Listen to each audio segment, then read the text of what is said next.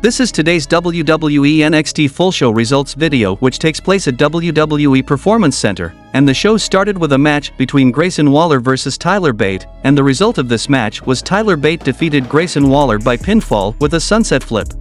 We see footage of Josh Briggs giving Brooks Jensen a pep talk about his date tonight, wherein Jensen is flustered because he's never kissed a girl.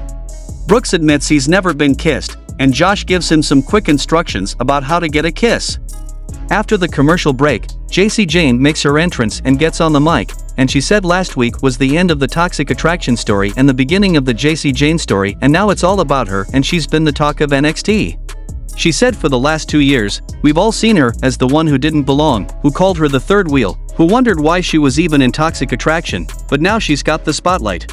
The next match happened between Thea Hale versus Tiffany Stratton, and during the match, Schism distracted Thea Hale, and the result of this match was Tiffany Stratton won the match by pinfall with the double jump moonsault. The next match happened between Axiom versus Damon Kemp, and the result of this match was Axiom defeated Damon Kemp by pinfall with golden ratio. After the break, Bron Breakker makes his entrance and gets on the mic, and he says it feels a little different in here tonight, and when one door closes the next one opens, but this next challenge ahead of him is different and it feels bigger. Then Jinder Mahal and Indus Sher interrupted Bron Breakker, and Jinder said he knows the stress of the next challenger, of trying to retain your title, and not only that, but he completely understands all the media and appearances, the late nights and early mornings that come with being the champ. Bron tells him to stop wasting everyone's time with the new 3-man band out here, which gets 3 megabytes chance until Jinder tells everyone to relax. He says the people don't like him and he knows he only brought 3 megabytes up so they would like him, but after he takes the title they still won't like him and they won't even feel bad for him, but don't worry, the Maharaja will. Then we saw a match between Von Wagner versus Wes Lee for the NXT North American Championship Open Challenge, and the result of this match was Wes Lee won the match by pinfall and retained the North American title.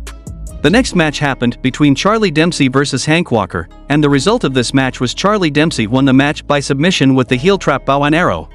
Post-match, Charlie refuses to let go of the hold and referees have to swarm in to get him away.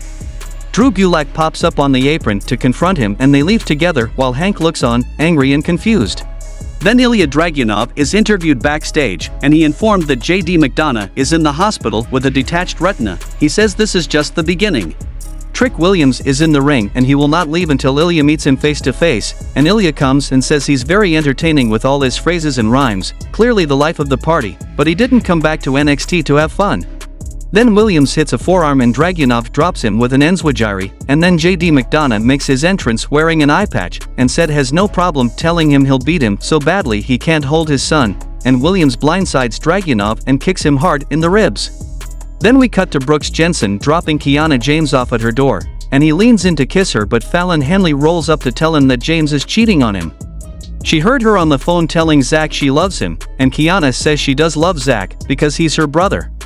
Zach opens the door to tell her he fed the dogs. Fallon starts apologizing, Kianna gives her the business and heads inside, and poor Brooks walks off to seek comfort in his tag partner's arms.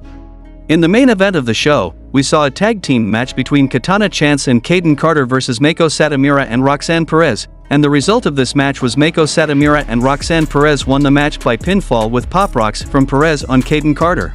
Post-match, Meiko Satomura gets on the mic and says she did Roxanne Perez a favor and now she'd like the champ to do something for her, and she points at the title, and Perez says it'd be her honor and bows before holding the title up.